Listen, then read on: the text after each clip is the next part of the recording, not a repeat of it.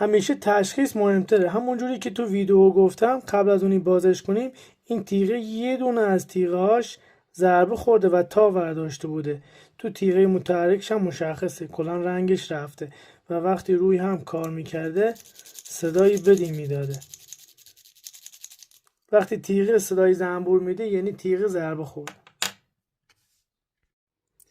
و اینم اتمام تیز کردن تیغ وال.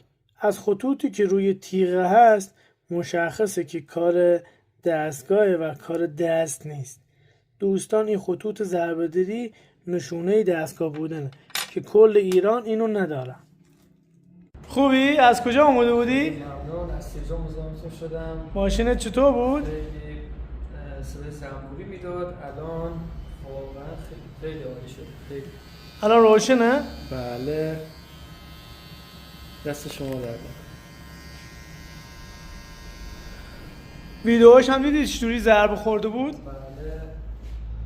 دیدی چجوری یه دونش تاب افتاده بود توش؟ دقیقاً دست شما در پست قبلی رو که نگاه کنی قشنگ مشخصه یه دونه از دندوناش کلا تاب برداشت بود و صدای زنبوری میداد. یه بار دیگه روشن کن.